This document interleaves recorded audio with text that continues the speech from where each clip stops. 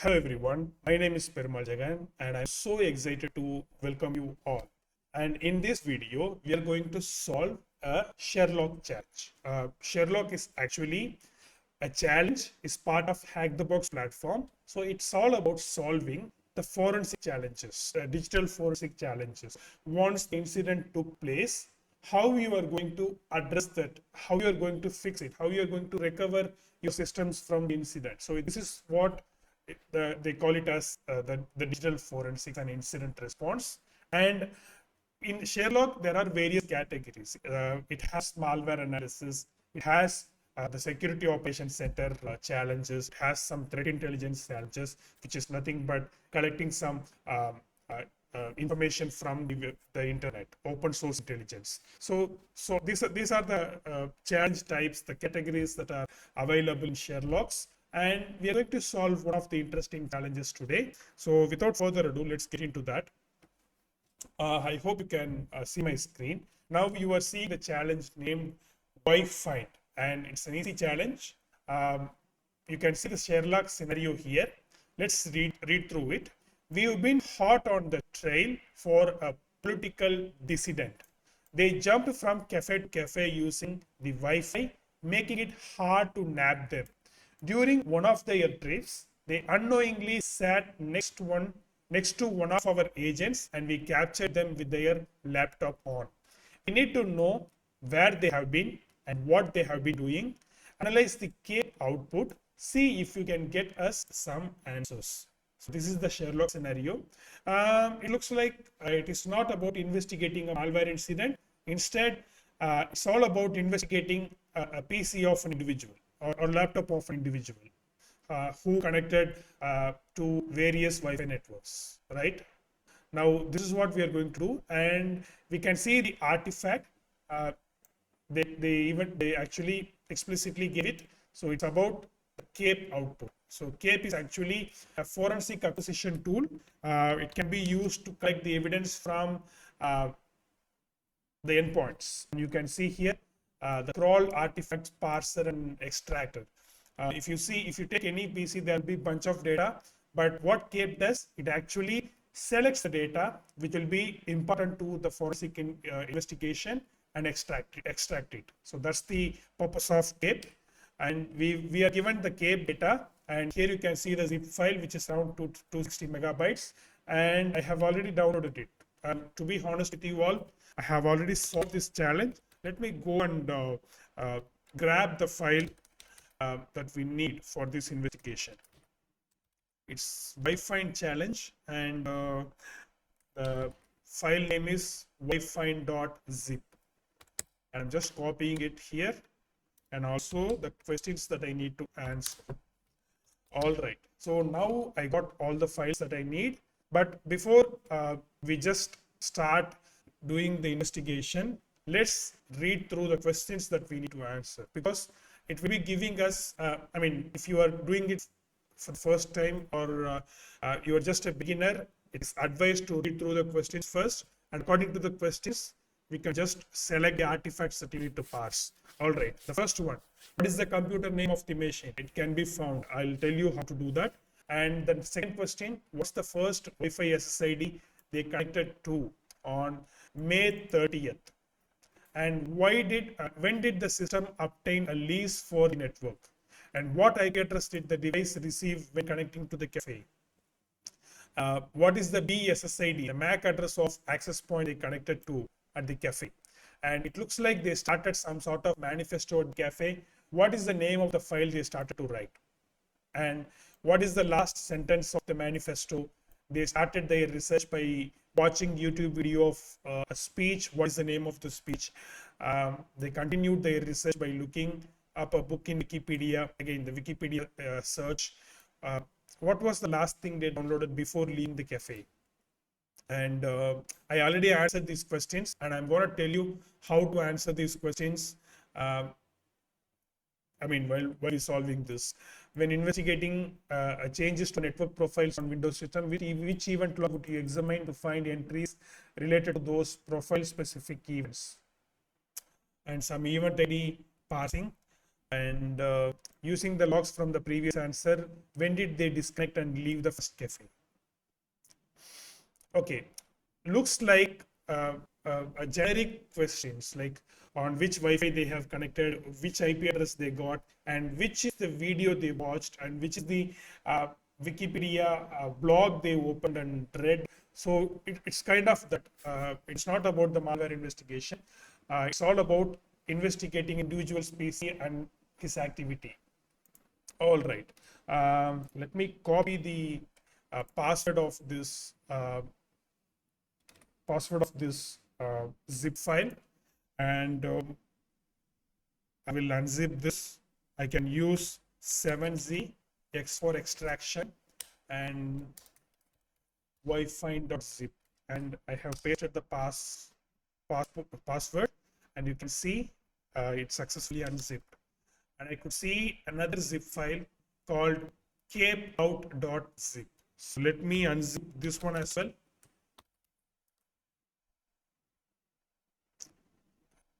Seemingly a folder. Yes, a folder. Capeout. So this is the folder, and you can see the C here. That means actually it's a Windows machine. So they share the artifacts from Windows C drive.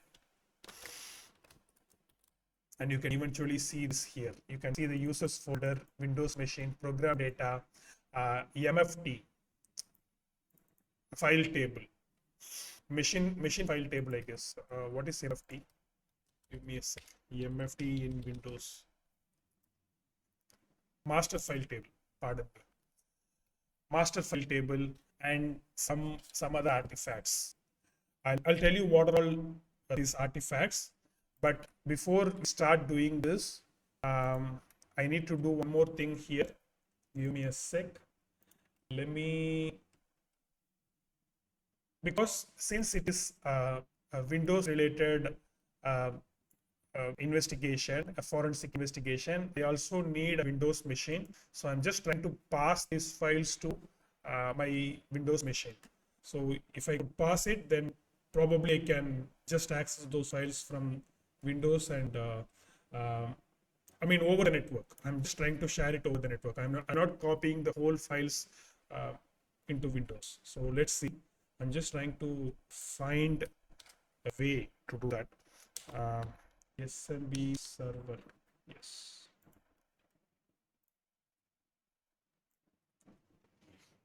All right. Let's see what's the IP address of this machine.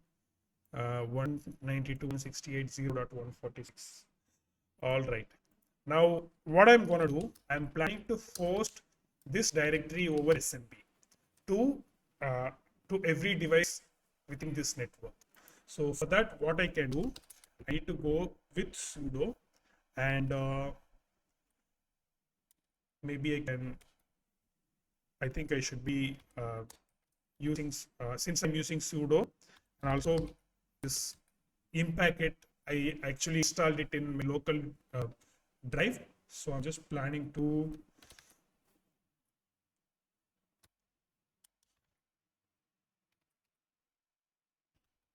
call it with the path. Okay, now this is fine. The SMB server is actually the impacket Python script, which instantly spins up the SMB server. And I need to give the IP address of it, 146. That is my interface IP address, and SMB2 support. I'm not good at remembering the comments, so I'm referring my notes, obviously. Username. So I'm giving a username. I'm just giving my name and password, my name. Then what I can call this path, I'm just calling it as WhyFind with the name of the challenge. And what I'm trying to host here, let me copy this whole path. So this is the path now we are in, and I'm just pasting this. Then cape out. This is the path I'm trying to host, right? So let me exit this. Now just one click, away from hosting the SMB service. Yes. Now the SMB service has started. I'm just renaming this tab as SMB server. All right, I'm not disturbing it anymore. Now I go to my Windows machine, and from here, if I just access this UNC path 192.168.0.146, which is my machine, and I'm getting the prompt. Username is my name, my password is my name. When I give OK, now the drive is mapped. Now what I can do, probably I can map it here as network drive so that I'll be able to access it instantly. Now you can see the files that I posted on my Linux machine. Fine. Everything looks okay. Now what I can do, probably I can start the investigation. Okay. Now before we jump into the investigation, I wish to give you an important tip. Let me show you the list of artifacts that we have. We already knew they actually used cape tool to extract the artifacts from Windows C drive. And here, if you see this text file, they gave the set of files that they extracted in this. Maybe I can show it briefly. Console log. Come on. And if you see the list of file and also the hash of it. So it is always a good habit to record the file hashes so that you can make sure that you are preserving your artifacts. Okay. In DFIR, in forensic investigation, preserving your artifacts is quite important. It should actually be your first step to do. So you should be keeping your artifacts safely. Maybe you can, before you start investigation, messing with the artifact files, maybe you can take the backup of it. You can back up, and eventually you can use the files to you can tamper the files, the artifacts, just by having a backup safely somewhere. So that is what my advice is. And another important thing is when you are up against bunch of artifacts, bunch of files, you must know which artifacts you need to parse to answer certain questions. So first of all, you need to carefully assess the scenario that you are up against, and based on your scenario, maybe you can start your assessment. For example, let's read through this. This one is actually, they clearly mentioned the guy who had been jumping from cafe to cafe and made multiple Wi-Fi connections. So what we can do, they gave the hint here, Wi-Fi. So you must be checking the logs, the files that records some wireless data, some wireless interface details. So that's what you need to be checking. Then during one of their trips, unknowingly, okay, this is fine. And we need to know where they have been and what they have been doing. So it's all about their activities. Like if you read through these questions, it will give you further idea. For example, let's say this one. They started the research by watching a YouTube video of speech. What that means. So they were watching some YouTube video. Let's think this from the end user perspective. If I want to watch a YouTube video or do some Wikipedia search, what I usually do, I open the browser and start browsing, start surfing, right? So what we can think of it. Maybe we can think of investigating a browser artifacts, right, from the given data. So we need to look for the Wi-Fi, the browser and the Wi-Fi related, wireless related artifacts. So that is one thing. And a common thing in Windows investigation is investigating the registry data. So when you are given, when you find any registry hives given in your artifacts, so it is also advised to open it in the registry explorer kind of tool to access the registry data, because the registry is actually kind of a telephone directory that holds the each and every change and some critical information about the Windows operating system. So that is why it is so sensitive, and it is like a gold mine. If you find any registry hive, you can just give a try. It will be giving you some, you won't be regretting it. So that's what I want to mention here. Fine. What else? Now you can see the list of data that we are up against. Now in this particular video, I'm going to, I don't know how many parts it's going to take, but in this video, I'm going to just find out what are all the artifacts we are up against. We already checked the MFT is master file table. What does it mean? It will be having the name of every file on this machine, and also some metadata about the file, like when the file was created, what was when the modification happened. I guess those kind of details will be there in this MFT, and it is also possible to recover the file content from this MFT. I'll tell you how to do that.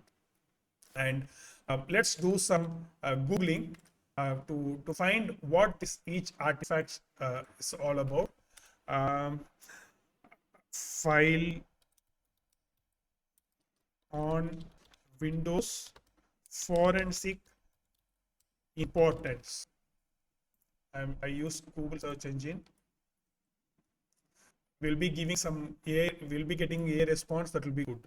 uh, Secure STS means security descriptor definition language. Windows forensics is crucial for identifying. I mean, I'm not straight away trying to answer these questions that we were asked. Instead, I'm just trying to understand the artifacts that we got. Okay, so I'm just taking my time to learn the things. Additionally, apart from the context of this, context of finishing the Sherlock. Security descriptor definition language. Windows for crucial for identifying file ownership, permission, security context. Kind of similar to MFT, right? So it will be giving us some insights. So that's what I'm trying to get now. Log file, application logs, crucial forensic reconstructing events, identifying attackers, providing incidents, providing detailed chronological record of the events activity, including login, file access, application behavior. All right. How about the extent? It's a directory. Can I open it? Yeah. I can see $J. I think it's a journal. Let me tell you what journal is. Journal file is. Yeah. USN journal they call. $J is actually an alternate data stream of NTFS unique sequence number journal. That means a critical artifacts in Windows forensics. It serves as a detailed logbook almost every file on system, modification volume. Yeah. So kind of a file system change. So it records the changes that happened in file system. And what about Max?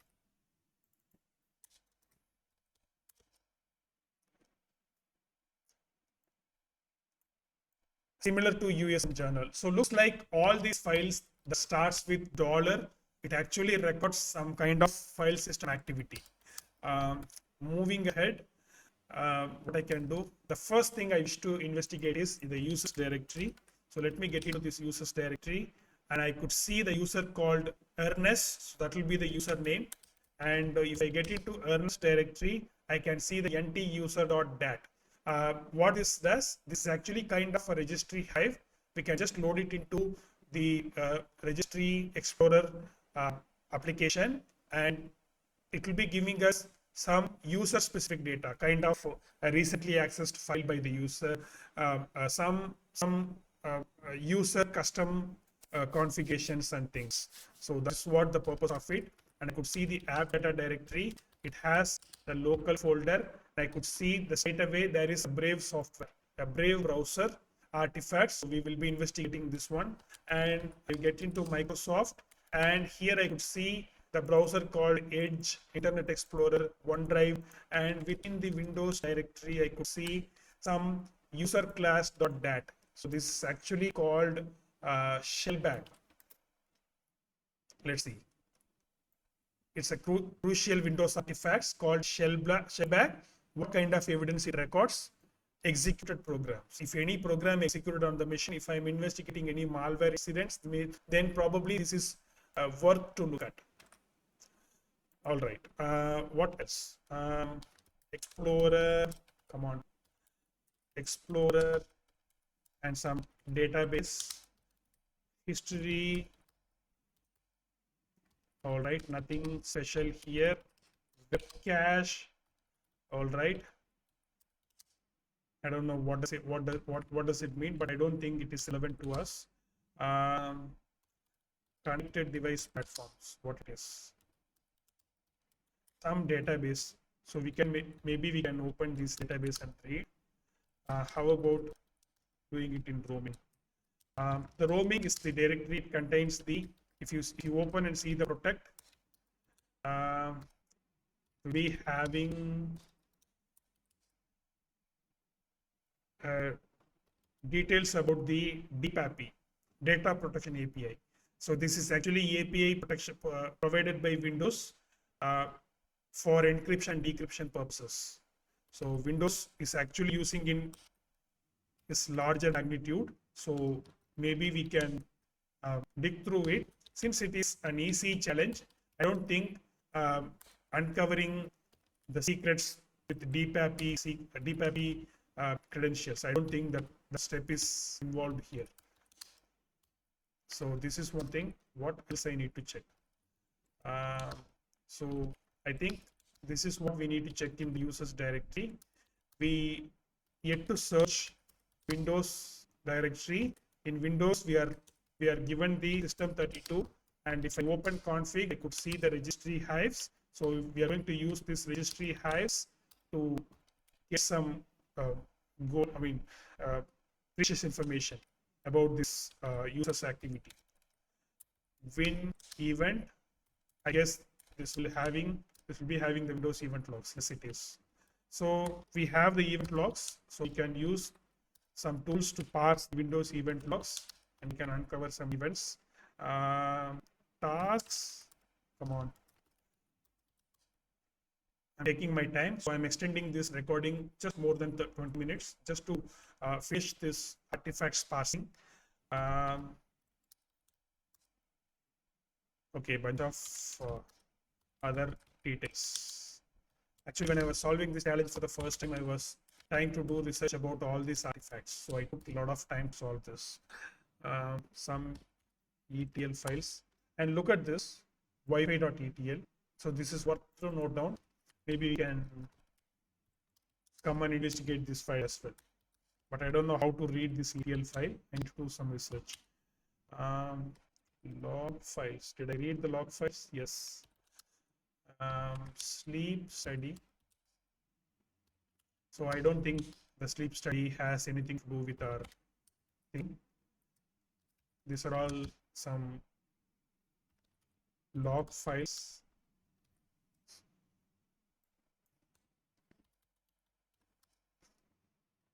SRU log means system resource usage monitor. Okay, I don't think it will be useful to us. What else? Prefetch.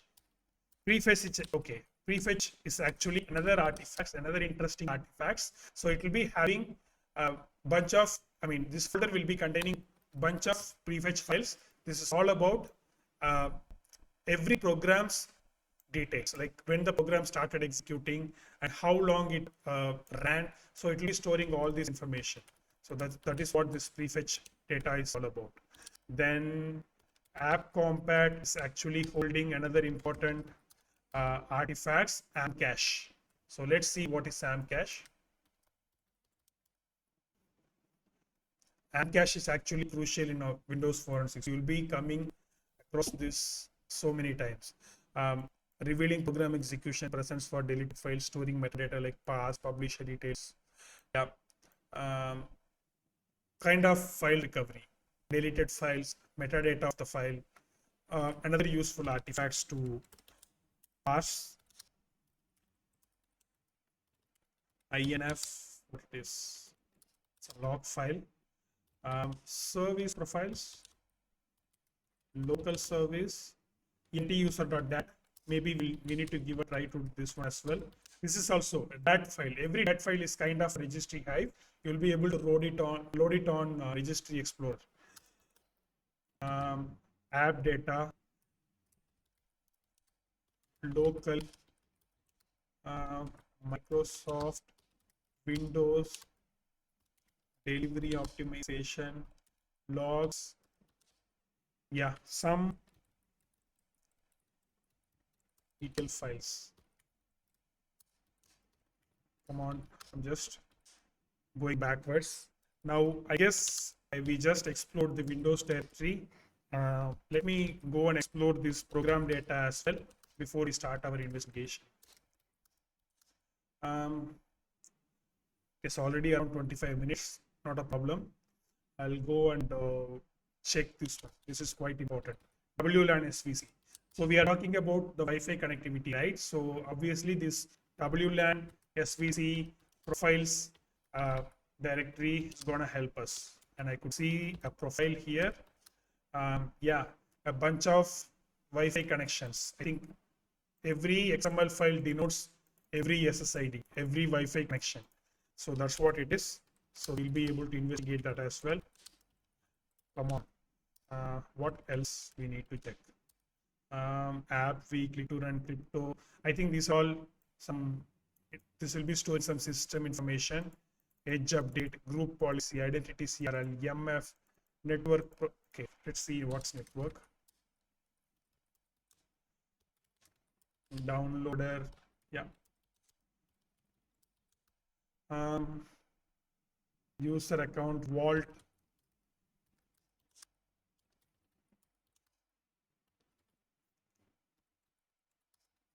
Okay, what is this VSCH file? I should know the importance of it. Oh gosh, my Windows machine stopped, but not a problem.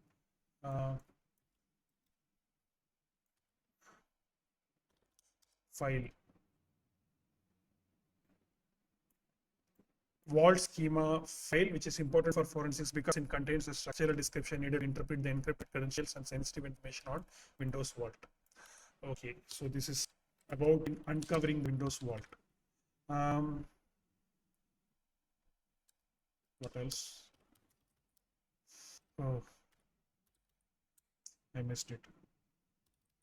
YouTube, WhyFind, Cape Out, C, program data, Microsoft. Microsoft. What else do I need to check? Network. Okay.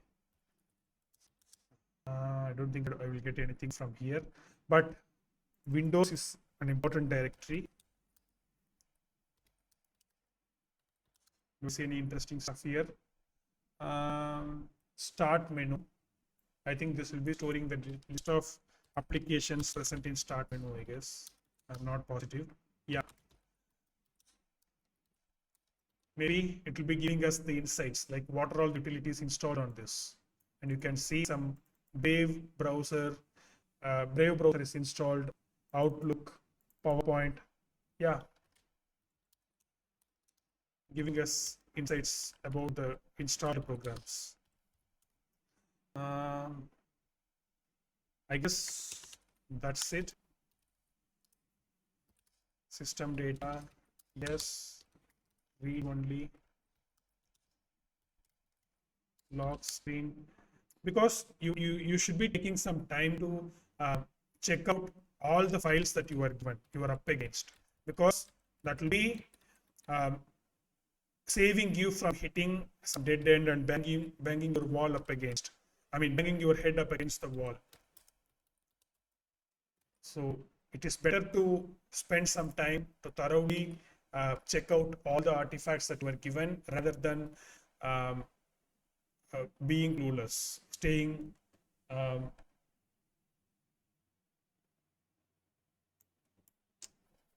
staying clueless. I got a spam message. I need to block it.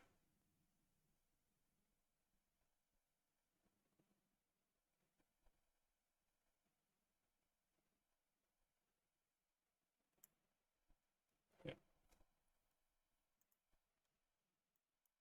Okay.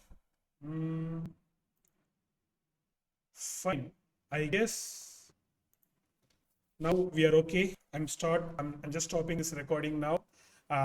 We will continue what we need to do next. We have found some browser artifacts, some Brave browser artifacts, some Edge Internet Explorer artifacts, and a WLAN profile, and some event logs, some registry artifacts, registry hives. Maybe this data we will be able to answer some of the questions. So for that, stay tuned for the next part.